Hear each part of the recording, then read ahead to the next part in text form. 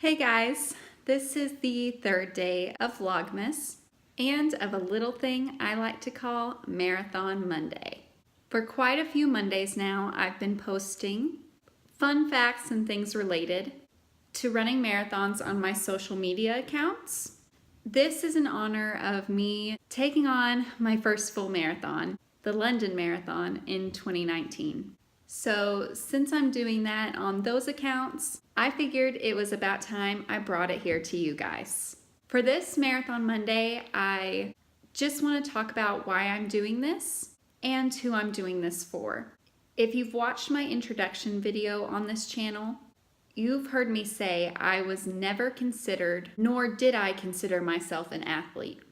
Even more than that, I hated, I loathed, and I despised running. I think a lot of why that was, other than the whole uncomfortableness of running, especially when I was heavier, and the laziness factor, was because I never felt good before, during, or after running. For example, before, I would dread it, almost to the point of making myself sick to avoid it.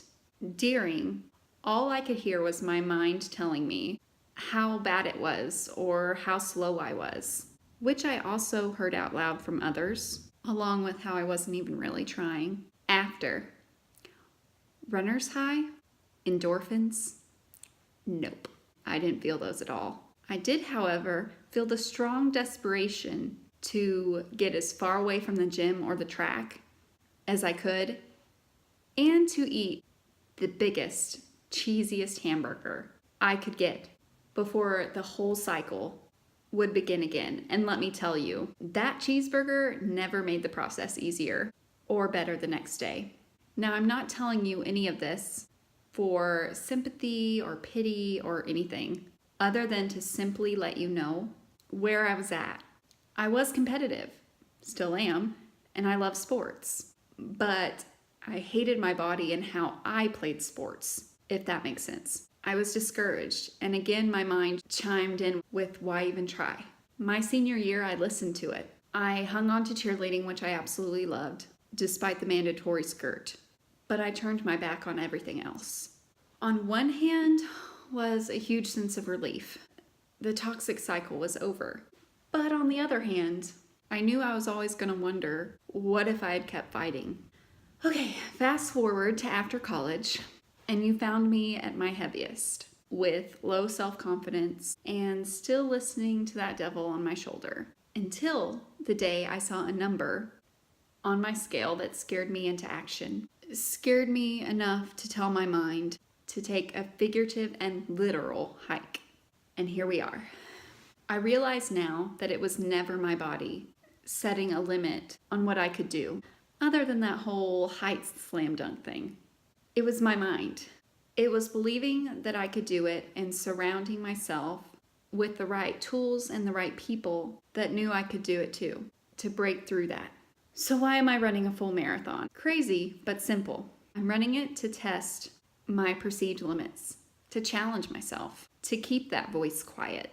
If you would have told junior high or high school me about this, I wouldn't have believed it, and I would have proceeded to eat my fries with ranch dressing, which I still do. Is that weird? I still can't believe it at times now, but here I am, ready to fight and ready to run. Bring it on. I know I'm going a bit long here, but stick with me as I go over one more thing, who I'm doing this for. Yes, as I've said before, I'm doing this for me, but I'm also doing it for others. More specifically, as a member of a charity team called Get Kids Going. Get Kids Going is a UK-based charity that gives disabled children and young people up to almost my age the opportunity to participate in sports by providing them with specially built sports wheelchairs, as well as manual wheelchairs they can use every day to participate in life.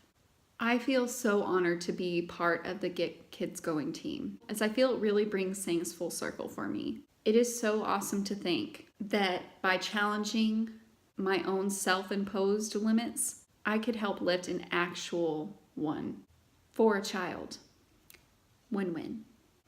I know I'm going a little bit long here, guys, and it's a little bit more somber of a topic than I usually do, but stick with me. I will leave my fundraising links in the description below, but since I've taken on the advent calendar of vlogging, aka Vlogmas, I also thought it'd be fun to do an advent calendar donation game. Thanks for the idea, Allie. Here's how it'll work. I will have random donation amounts ranging from $5 to $20 in this advent calendar. Each dollar amount, $5, $10, $15, and $20, will have one randomly assigned prize. So 4 goodies, guys.